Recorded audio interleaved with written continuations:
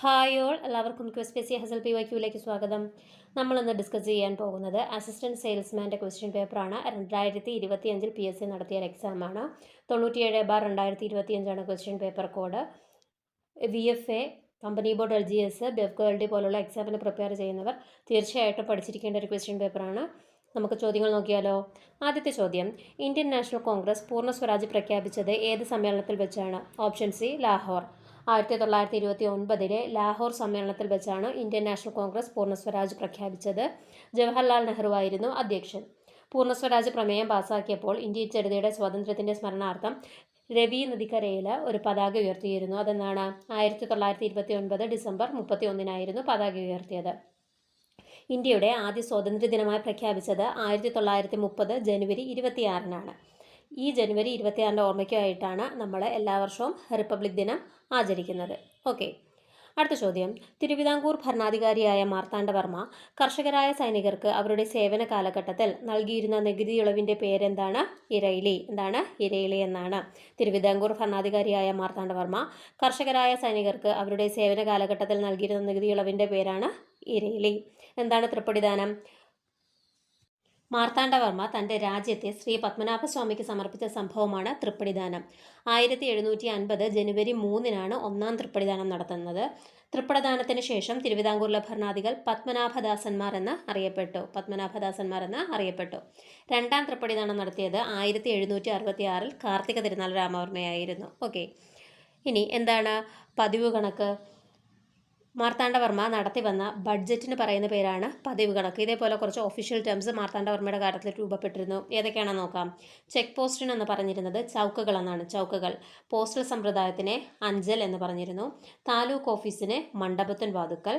തഹസിൽദാർമാർ അറിഞ്ഞിരുന്നത് കാര്യക്കാർ. Village ഓഫീസിനെ പകുതികളെന്നും village ഓഫീസർമാരെ പർവ്വതിക്കാർ എന്നുമാണ് അറിയപ്പെട്ടിരുന്നത്. ധനമന്ത്രിമാരെ അറിയപ്പെട്ടിരുന്നത് മുളക് മടിശീലക്കാരെന്നാണ്. മുളക് മടിശീലക്കാർ. ഓക്കെ, ഇനി പണ്ടാരം വക. എന്താണ് പണ്ടാരം വക? മാർത്താണ്ഡവർമ്മ കണ്ടെഴുത്ത് എന്ന് പറഞ്ഞൊരു ഭൂസർവേ ആരംഭിച്ചിരുന്നു. അപ്പം നിലം പുരയിടങ്ങളുടെ കണ്ടെഴുത്ത് നടത്താൻ മാർത്താണ്ഡവർമ്മ ഒരു ഉദ്യോഗസ്ഥനെ നിയമിച്ചിരുന്നു. അതാണ് പള്ളിയാടി മല്ലൻ ശങ്കരൻ. അപ്പം ഈ പള്ളിയാടി മല്ലൻ ശങ്കരൻ്റെ നേതൃത്വത്തിൽ ഭൂമിയെ അളന്ന് തിട്ടപ്പെടുത്തി 4 ഭാഗിച്ചിരുന്നു. അതാണ് ദേവസം, ബ്രഹ്മസം, ദാനം, പണ്ടാരം വക. എന്താണ്? ദേവസം, ബ്രഹ്മസം, ദാനം, പണ്ടാരം വക. ഓക്കെ, ഇനി ക്ഷേത്രവക വസ്തുക്കൾ 8 ഭാഗിച്ച് കരം പിരിക്കുന്നതിനും മറ്റുമായിട്ട് ഓരോ ഭാഗവും ഓരോ നായർ മാടമ്പിമാരെ ഏൽപ്പിച്ചിട്ടുണ്ടായിരുന്നു. അവർ പറയുന്നതാണ് 8 വീട്ടിൽ പിള്ളമാർ. ഓക്കെ, അപ്പം ഈ 8 വീട്ടിൽ പിള്ളമാർ മാർത്താണ്ഡവർമ്മയ്ക്ക് നിരന്തരം പ്രശ്നങ്ങൾ സൃഷ്ടിക്കുകയും മാർത്താണ്ഡവർമ്മ ഇവരെ രാജാധികാരത്തിൻ്റെ പിൻബലത്തിൽ അമർച്ച ചെയ്യുകയും ചെയ്തു. എന്നിട്ട് ഈ 8 തറവാടുകളും ഇടിച്ചു നിരത്തി കുളങ്ങൾ നിർമ്മിച്ചു. ഇതോടെയാണ് കുളം തോണ്ടുക എന്ന ശൈലി മലയാളത്തിൽ പ്രചാരത്തിൽ വന്നത്. ഓക്കെ, അടുത്ത ചോദ്യം, കേരളത്തിൽ ബ്രിട്ടീഷുകാരുടെ പ്രത്യക്ഷ ഭരണത്തിന് കീഴിൽ ഉണ്ടായിരുന്ന പ്രദേശം ഏതാണ്? ഓപ്ഷൻ ഡി, മലബാറാണ്. കേരളത്തിൽ ബ്രിട്ടീഷുകാരുടെ പ്രത്യക്ഷ ഭരണത്തിന് കീഴിൽ ഉണ്ടായിരുന്ന പ്രദേശം ഏതാണ്? മലബാറാണ്. അടുത്ത ചോദ്യം, 1.25 കോടി മലയാളികൾ എന്ന ഗ്രന്ഥം രചിച്ചത് ആരാണ്? EMS നമ്പൂതിരിപ്പാടാണ്. ആരാണ്? EMS നമ്പൂതിരിപ്പാടാണ് 1.25 കോടി മലയാളികൾ എന്ന ഗ്രന്ഥം രചിച്ചത്. അദ്ദേഹത്തിൻ്റെ മറ്റു പുസ്തകങ്ങളാണ് കേരളം ഇന്നലെ ഇന്ന് നാളെ, Nehru ideology and practice, Keralam മലയാളികളുടെ മാതൃഭൂമി, കാറൽ മാക്സ് പുതുയുഗത്തിൻ്റെ വഴികാട്ടി, Berlin diary, a short history of peasant movement in India, Indian communist പ്രസ്ഥാനം, വേദങ്ങളുടെ നാട്, Kerala society and politics and historical survey. ഒന്നുകൂടെ നോക്കാം. എന്തൊക്കെയാണ്? 1.25 കോടി മലയാളികൾ, കേരളം ഇന്നലെ ഇന്ന് നാളെ, Nehru ideology and practice, Keralam മലയാളികളുടെ മാതൃഭൂമി, കാറൽ മാക്സ് പുതുയുഗത്തിൻ്റെ വഴികാട്ടി, Berlin diary, a short history of peasant movement in India, Indian communist പ്രസ്ഥാനം, വേദങ്ങളുടെ നാട്, Kerala society and politics in historical survey. Okay, അടുത്ത ചോദ്യം, ശുദ്ധി പ്രസ്ഥാനം ഏത് പരിഷ്കരണ പ്രസ്ഥാനവുമായി ബന്ധപ്പെട്ടതാണ്? ഓപ്ഷൻ എ, ആര്യസമാജം.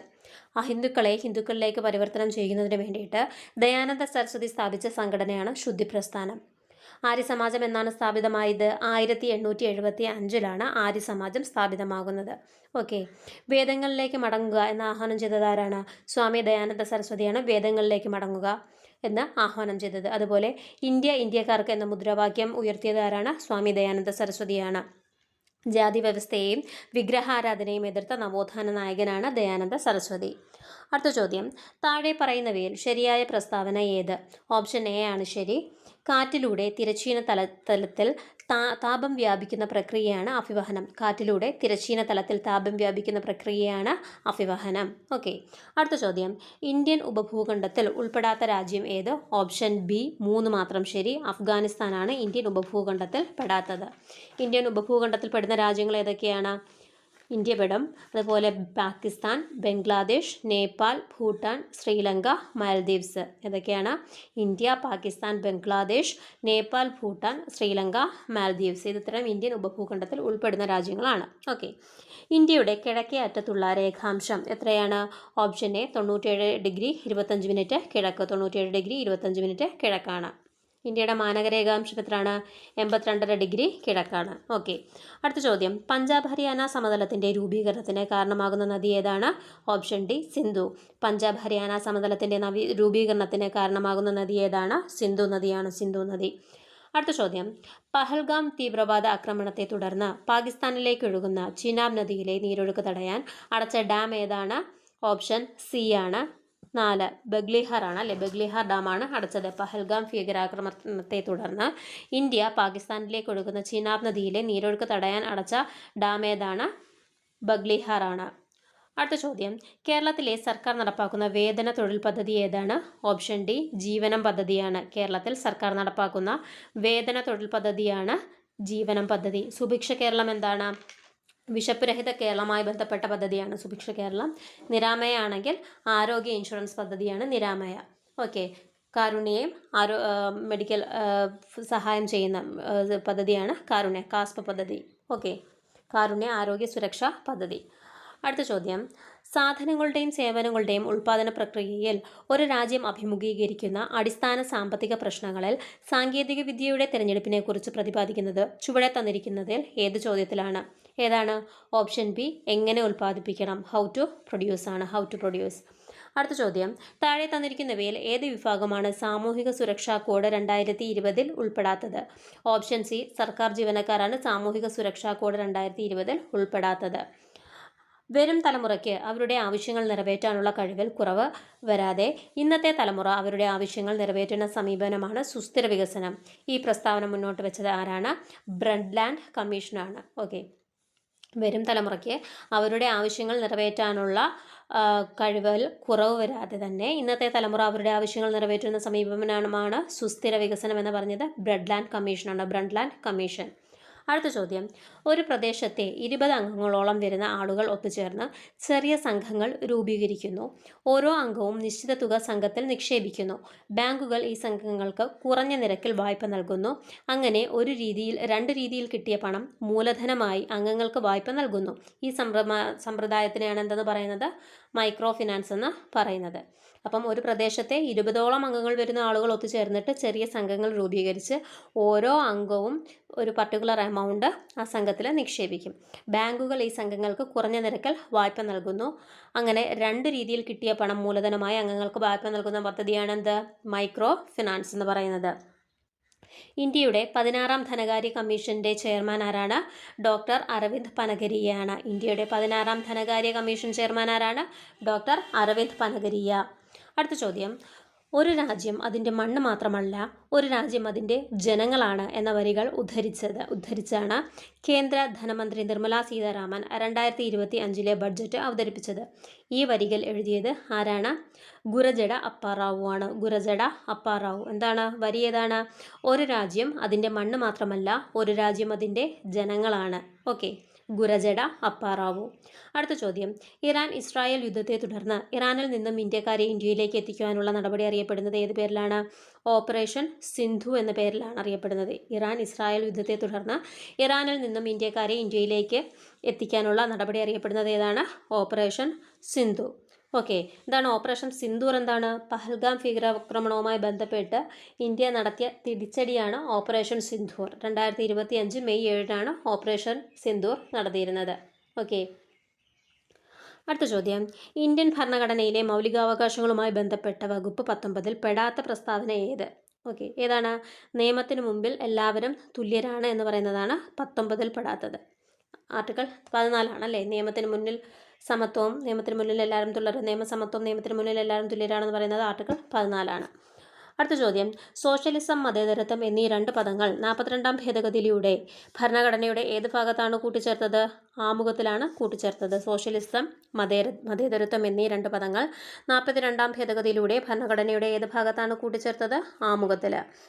അടുത്ത ചോദ്യം, സുതാര്യവും ഊർജ്ജസ്വലവുമായ സർക്കാർ പദ്ധതി ചുവപ്പ് നാടയില്ലാതെ എല്ലാവരിലേക്കും സുരക്ഷിതവും വേഗത്തിലുള്ളതുമായ വിവരങ്ങൾ ചേർക്കുന്നു. വിവേചനമില്ലാതെ എല്ലാ പൗരന്മാർക്കും ലഭ്യമാകുന്ന പദ്ധതി. ഈ ഗവേണൻസിനെ കുറിച്ചുള്ള ഈ പ്രസ്താവന ആരുടേതാണ്? Option D, APJ Abdul Kalam. അടുത്ത ചോദ്യം നോക്കിയേ, മാച്ച് ദ ഫോളോയിങ് ആണേ. ഓപ്ഷൻ എ ആണ് കറക്റ്റ്. യൂണിയൻ ലിസ്റ്റ് സെൻസസ്, സംസ്ഥാന ലിസ്റ്റ് ജയിലുകൾ, കൺകറന്റ് ലിസ്റ്റ് വനം, അവശിഷ്ടാധികാരം സൈബർ നിയമങ്ങൾ. ഓക്കെ, അടുത്ത ചോദ്യം, താഴെ തന്നിരിക്കുന്ന പ്രസ്താവനകളിൽ തെറ്റായ പ്രസ്താവനകൾ ഏതൊക്കെയാണ്? 2ഉം 3ഉമാണ് തെറ്റ്. അപ്പം 1ഉം 4ഉം ശരിയാണ്. 73ഉം 74ഉം ഭരണഘടനാ ഭേദഗതികളിലൂടെ അടിസ്ഥാനത്തിലാണ് സംസ്ഥാന തെരഞ്ഞെടുപ്പ് കമ്മീഷൻ നിലവിൽ വരുന്നത്. കേരള സംസ്ഥാന തെരഞ്ഞെടുപ്പ് കമ്മീഷൻ്റെ ഇപ്പോഴത്തെ മുഖ്യ തെരഞ്ഞെടുപ്പ് കമ്മീഷണർ A. ഷാജഹാനാണ്. ചീഫ് ഇലക്ടറൽ ഓഫീസർ ആരാണ്? രത്തൻ യു ഖേൽക്കർ. ഇനി കേരള സംസ്ഥാന തെരഞ്ഞെടുപ്പ് കമ്മീഷൻ നിലവിൽ വന്നത് 1993 ഡിസംബർ 3-ലാണ്. ആദ്യ കമ്മീഷണർ ആരായിരുന്നു? MSK രാമസ്വാമി ആയിരുന്നു ആദ്യ കമ്മീഷണർ. ഓക്കെ, അടുത്ത ചോദ്യം ഡിലീറ്റഡ് ആണ്. ഈ മാലിന്യം വലിച്ചെറിയുന്നവർക്ക് ഈടാക്കുന്ന പിഴയുടെ 25% അല്ലെങ്കിൽ പരമാവധി 2000 രൂപയാണ് റിപ്പോർട്ട് ചെയ്യുന്ന വ്യക്തികൾക്ക് നൽകുന്നത്. അതുകൊണ്ടാണ് തെറ്റിയത് കേട്ടോ. കേരളത്തിലെ പൊതുസ്ഥലങ്ങളിൽ മാലിന്യം വലിച്ചെറിയുന്ന കുറ്റങ്ങൾ റിപ്പോർട്ട് ചെയ്യുന്ന വ്യക്തികൾക്ക് നൽകുന്ന പാരിതോഷികം എത്രയാണ്? ഈടാക്കുന്ന പിഴയുടെ 25% അല്ലെങ്കിൽ പരമാവധി 2000 രൂപയാണ്. അടുത്ത ചോദ്യം, ദരിദ്രരായ ജനവിഭാഗത്തിന് തുച്ഛമായ വിലയ്ക്ക് ഭക്ഷ്യസാധനങ്ങൾ നൽകുന്ന കേന്ദ്ര സർക്കാരിൻ്റെ പദ്ധതി ഏതാണ്? അന്ത്യോദയ അന്ന യോജന പദ്ധതിയാണ് ദരിദ്രരായ ജനവിഭാഗത്തിന് തുച്ഛമായ വിലയ്ക്ക് ഭക്ഷ്യധാന്യങ്ങൾ നൽകുന്ന കേന്ദ്ര സർക്കാർ പദ്ധതിയാണ്. അടുത്ത ചോദ്യം, താഴെ തന്നിരിക്കുന്ന പ്രസ്താവനകളിൽ തെറ്റായ പ്രസ്താവന കണ്ടെത്തുക. ഏതാണ്? ഓപ്ഷൻ സി ആണ് തെറ്റ്. ഇതിനുള്ള ഉത്തരവിറക്കിയത് ശ്രീമൂലം തിരുനാൾ ആണ്. ഏതാണ്? കേരളത്തിൽ ആദ്യമായി തൊഴിലുറപ്പ് വകുപ്പ് രൂപീകരിച്ചത് 1946-ലാണ്. ഇതിനുള്ള നിർദ്ദേശം നൽകിയത് CP രാമസ്വാമിയാണ്.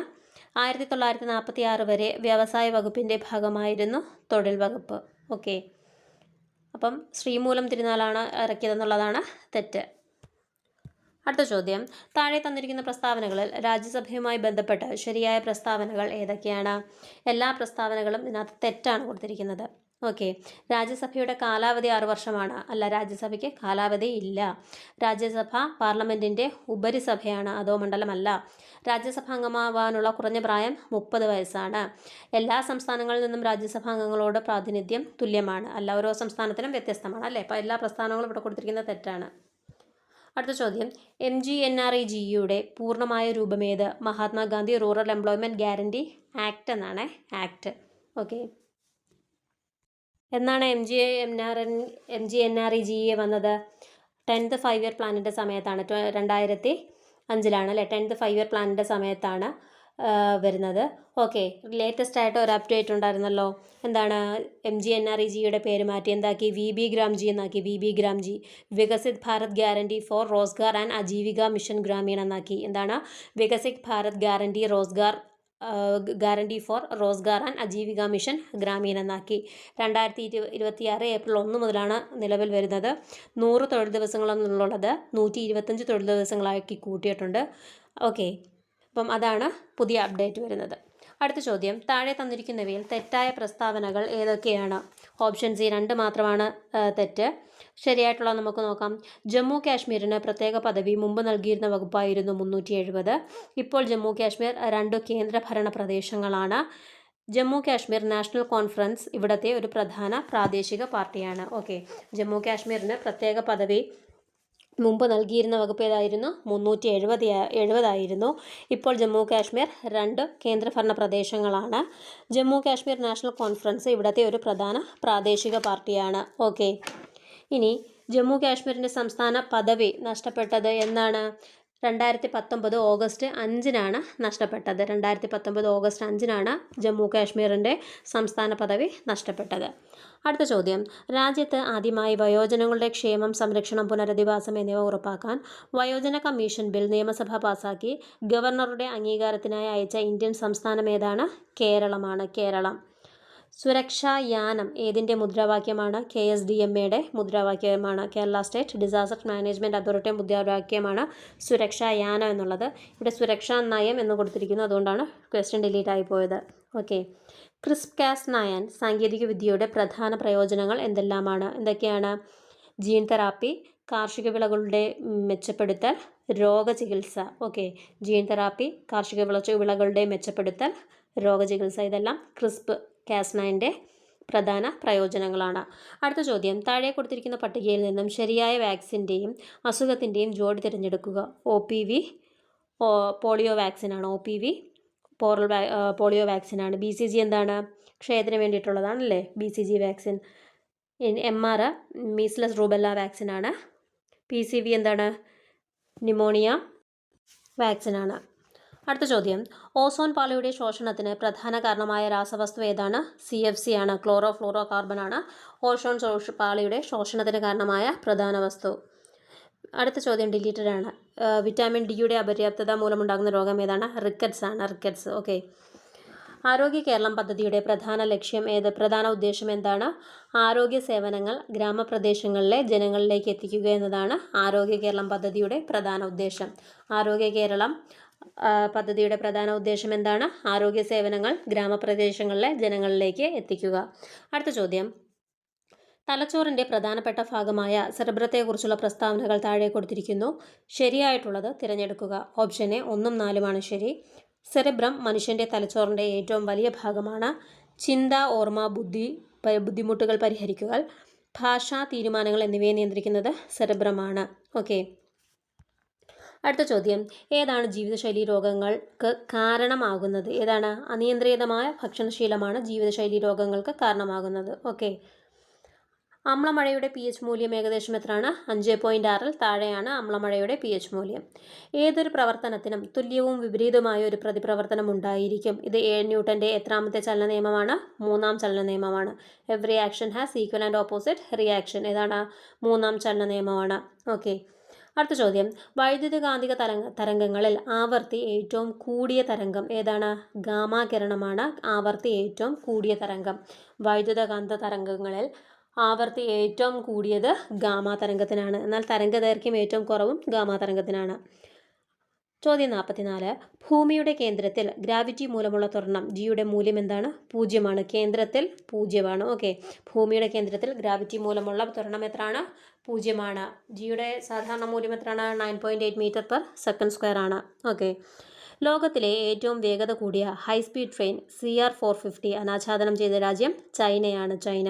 ലോകത്തിലെ ഏറ്റവും വേഗത കൂടിയ ഹൈസ്പീഡ് ട്രെയിനായ CR450 അനാച്ഛാദനം ചെയ്തത് ചൈനയാണ്. അടുത്ത ചോദ്യം, നാസയിലെ ബഹിരാകാശ യാത്രികരായ സുനിത വില്യംസും ബുച്ച് വിൽമോറും 2024 ജൂൺ മുതൽ 2025 മാർച്ച് വരെ 9 മാസക്കാലം അന്താരാഷ്ട്ര ബഹിരാകാശ നിലയത്തിലെ ഗവേഷണത്തിന് ശേഷം ഭൂമിയിലേക്ക് മടങ്ങിയത് ഏത് വാഹനത്തിലായിരുന്നു? ഓപ്ഷൻ സി സ്പേസ് ക്രൂ ഡ്രാഗണിലായിരുന്നു. SpaceX ക്രൂ ഡ്രാഗണിലാണ് മടങ്ങി വന്നത്. ഓക്കെ.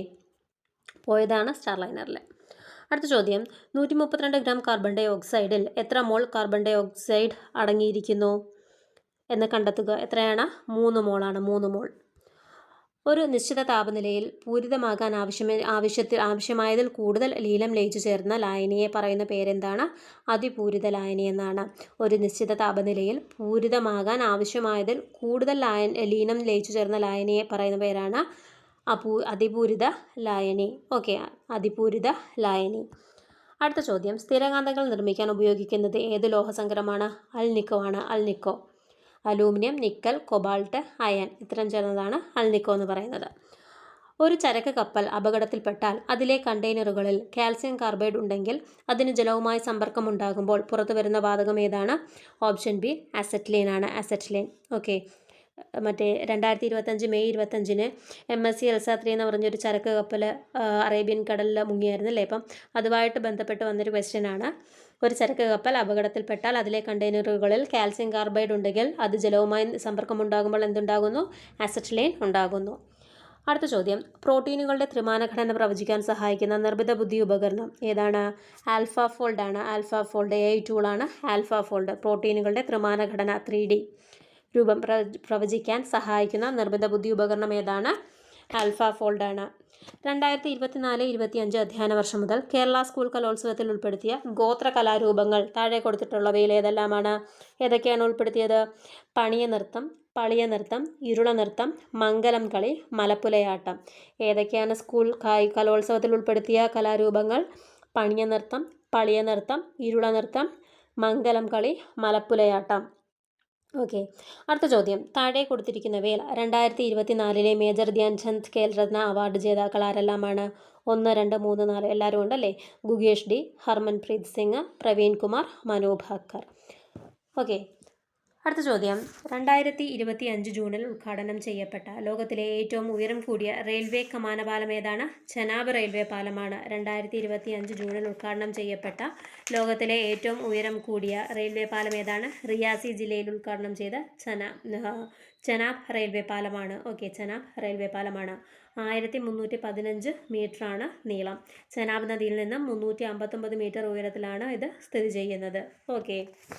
അടുത്ത ചോദ്യം, ചേരുംപടി ചേർക്കുകയാണ്. കറക്റ്റ് ഓപ്ഷൻ നോക്കാം. നിരീശ്വരൻ. നിരീശ്വരൻ ആരുടെയാണ്? VJ ജെയിംസിൻ്റെയാണ് നിരീശ്വരൻ. മീശ ആരുടെയാണ്? ഹരീഷിൻ്റെയാണ് അല്ലേ. ഹരീഷിൻ്റെയാണ് മീശ. ലണ്ടൻ ബത്തേരിയിലെ ലുത്തീനിയകൾ ആരുടെയാണ്? NS മാധവൻ്റെയാണ് ലണ്ടൻ ബത്തേരിയിലെ ലുത്തീനിയകൾ. സമ്പർക്ക ഗാന്ധി ഷിൻലാലിൻ്റെയാണ്. ഓക്കെ. കേരള സർക്കാരിൻ്റെ പരമോന്നത സാഹിത്യ ബഹുമതി ഏതാണ്? എഴുത്തച്ഛൻ പുരസ്കാരമാണ്. എഴുത്തച്ഛൻ പുരസ്കാരം. ശരിയായ ജോഡികൾ കണ്ടെത്തുക. ഓപ്ഷൻ ബി 1, 3 ശരി. വൈശാഖ മഹോത്സവം കൊട്ടിയൂർ ക്ഷേത്രം, പുത്തിരി തിരുവപ്പന ശ്രീ മുത്തപ്പൻ ക്ഷേത്രം, പറശ്ശിനിക്കടവ്. എന്താണ്? വൈശാഖ മഹോത്സവം കൊട്ടിയൂർ ക്ഷേത്രത്തിലെയും പുത്തിരി തിരുവപ്പന ശ്രീ മുത്തപ്പൻ ക്ഷേത്രം പറശ്ശിനിക്കടവിലെയുമാണ്. ഓക്കെ. അടുത്ത ചോദ്യം, 2025 യുനെസ്കോയുടെ മെമ്മറി ഓഫ് വേൾഡ് രജിസ്റ്ററിൽ ഇടം പിടിച്ച 2 ഇന്ത്യൻ ഗ്രന്ഥങ്ങൾ ഏതെല്ലാമാണ്? ഭഗവത്ഗീതയും നാട്യശാസ്ത്രവുമാണ്.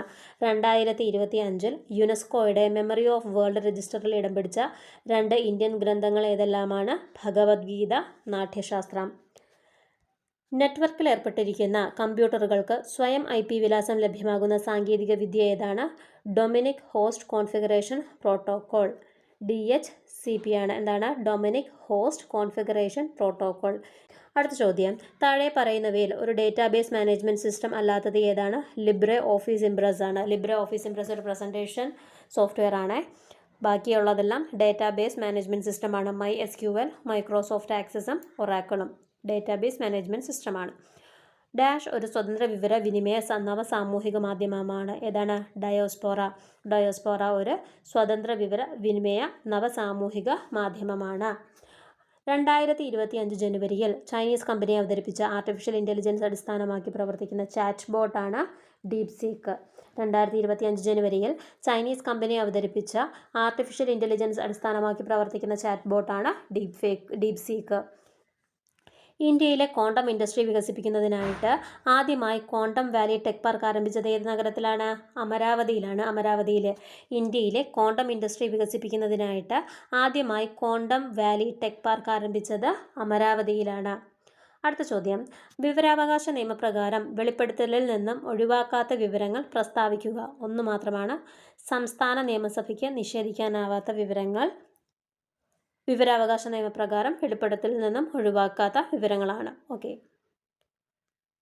അടുത്ത ചോദ്യം, ഭരണഘടനയുടെ ഏത് അനുച്ഛേദ പ്രകാരമാണ് പട്ടികജാതിക്കാർക്കുള്ള ദേശീയ കമ്മീഷൻ രൂപീകരിച്ചിരിക്കുന്നത്? 338. ആർട്ടിക്കിൾ 338 പ്രകാരമാണ് പട്ടികജാതിക്കാർക്കുള്ള ദേശീയ കമ്മീഷൻ രൂപീകരിച്ചിരിക്കുന്നത്.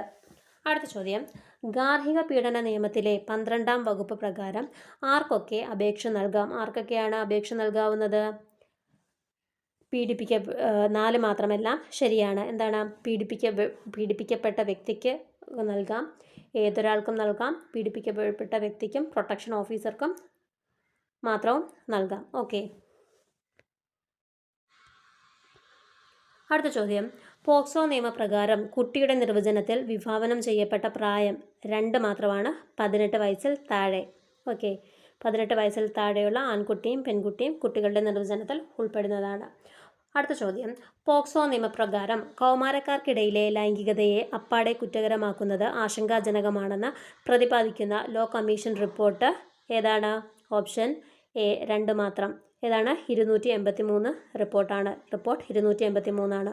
പോക്സോ നിയമപ്രകാരം കൗമാരക്കാർക്കിടയിലെ ലൈംഗികതയെ അപ്പാടെ കുറ്റകരമാക്കുന്നത് ആശങ്കാജനകമാണെന്ന് പ്രതിപാദിക്കുന്ന ലോ കമ്മീഷൻ റിപ്പോർട്ട് ഏതാണ്?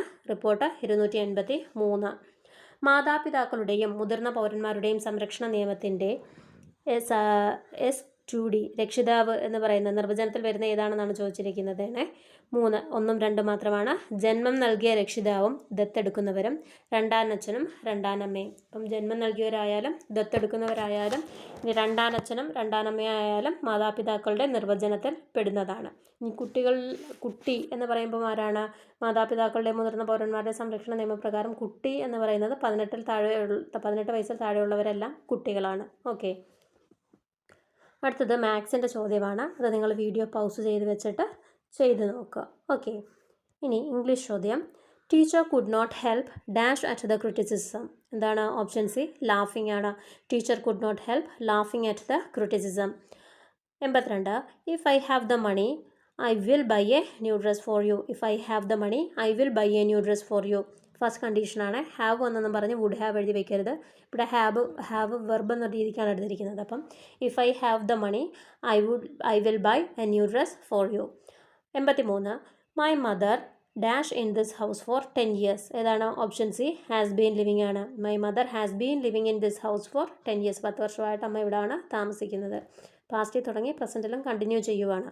My mother has been living in this house for 10 years. 84. The poem ടെംപ്സ് the readers to ponder dash the beauty of nature. Ponder over the beauty of nature ആണ്. Ponder over ആണ് വരുന്നത്. Ponder over the beauty of nature. അടുത്ത ചോദ്യം, give a 1 word substitute for a person who loves books. ബുക്കിന് ഇഷ്ടപ്പെടുന്ന ആളുകൾക്ക് പറയുന്ന പേരെന്താണ്? ബിബ്ലിയോഫൈൽ എന്നാണ്. Bibliophile. 86. The correctly spelled word is option C vacuum. VACUUM ആണ് വാക്കം. VACUUM. അടുത്ത ചോദ്യം, what does the foreign phrase vis mean? വിസ് എന്ന് പറഞ്ഞാൽ എന്താണ്? In relation to. Option B in relation to. 88.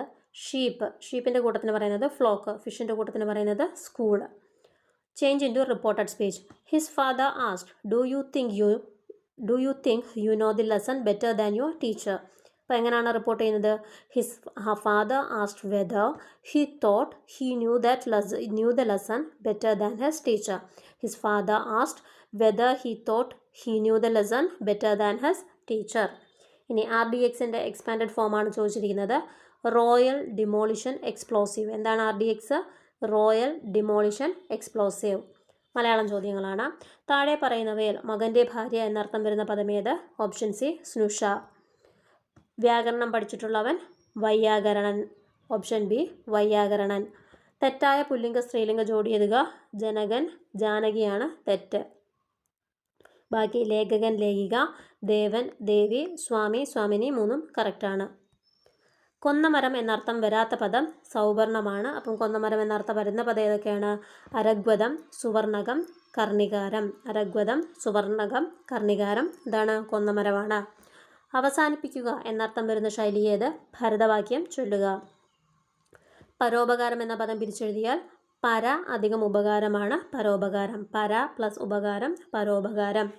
അന്തർമുഖൻ എന്ന പദത്തിൻ്റെ വിപരീത പദം ബഹിർമുഖൻ. അന്തർമുഖൻ ബഹിർമുഖൻ. പാത്രമറിഞ്ഞ് ദാനം ചെയ്യണം എന്ന പഴഞ്ചൊല്ലിൻ്റെ പൊരുൾ എന്താണ്?